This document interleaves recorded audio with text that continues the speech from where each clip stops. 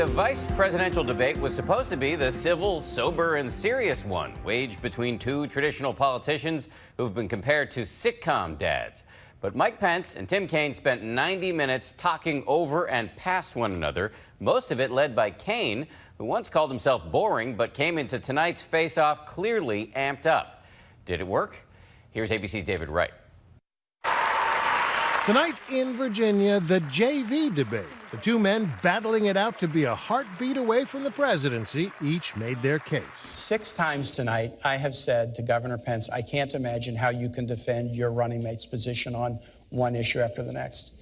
And in all 6 cases, he's refused to defend his running mate's. No, don't put words in my mouth. Democrat Tim Kaine fashioned himself the attack dog. The thought of Donald Trump as commander-in-chief scares us to death. Forcing Republican Mike Pence to defend Trump. I can't imagine how Governor Pence can defend the insult-driven, selfish, me-first style of Donald Trump. Senator, you and Hillary Clinton would know a lot about an insult-driven campaign.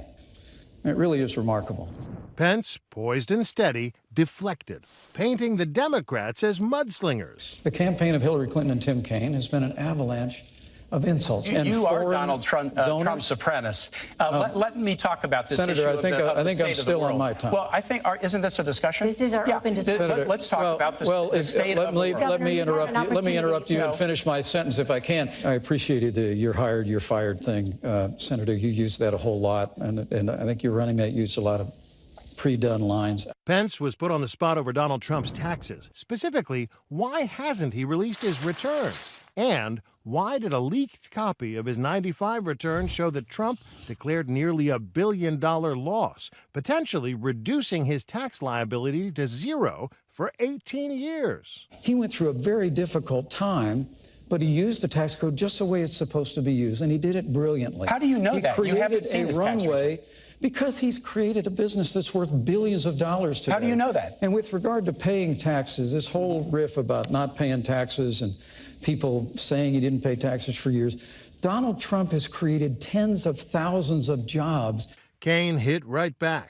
Donald Trump started this campaign in 2014. He said, if I run for president, I will absolutely release my taxes. And he will. He's broken his first promise. Second, he stood on the stage on the stage last week, and when Hillary said you haven't been paying taxes, he said, that makes me smart.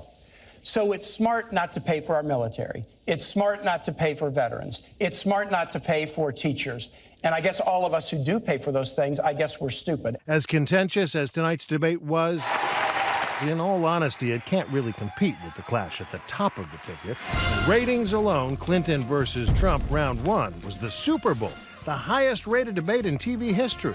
Tonight's contest, more like the World Championship of darts. Entertaining enough, but bound to appeal to a much smaller audience. That said, consider this. Donald Trump, if elected, would be the oldest president ever. Hillary Clinton, only a few years younger, and she's faced questions about her health. All the more reason to pay attention.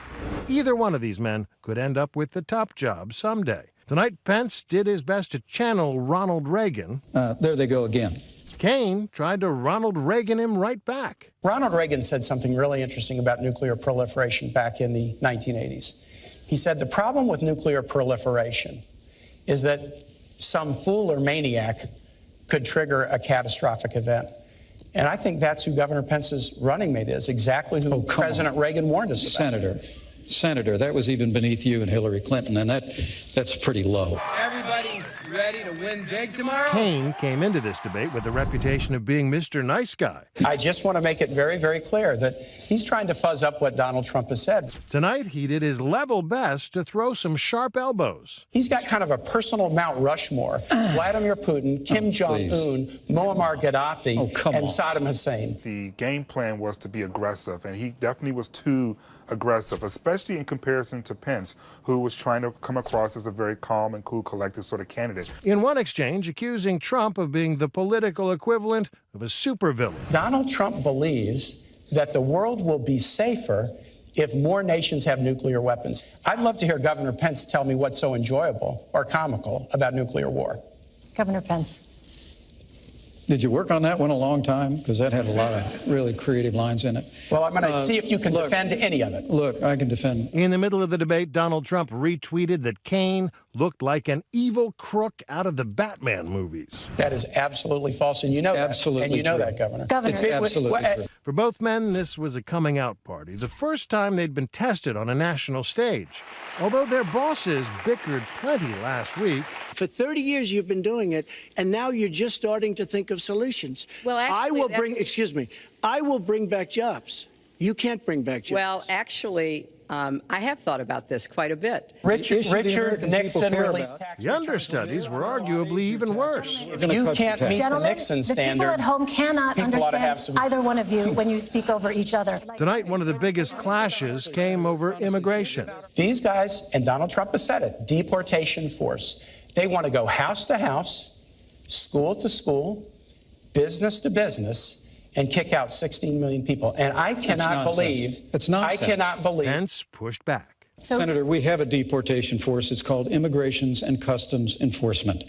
And the Union for Immigrations and Customs Enforcement, for the first time in their history, endorsed Donald Trump to be the next president. Pence was scrupulously polite, ever the grown-up. Ronald Reagan said a nation without borders is not a nation. Donald Trump is committed to restoring the borders of this nation. So, Governor, unlike his boss, he was preternaturally calm, refusing to take the bait. Just trying to keep up with the insult-driven campaign on the other side of the table. You know, I'm just saying facts about your running mate. Yeah. Well, and I know you can't defend Senator, him. please, I'm happy to defend him, Senator. Don't put words in my mouth that I'm not defending him. You're not. I'm happy to defend him. Most of what you said is completely false. And the American people know that. I'll run through the list of things where you didn't defend. Senator, Where you please, can this just say is stuff Governor and people Pence's believe 2 it. minutes. You had one candidate that was blatantly not telling the truth in a lot of situations. That would be Mr. Pence.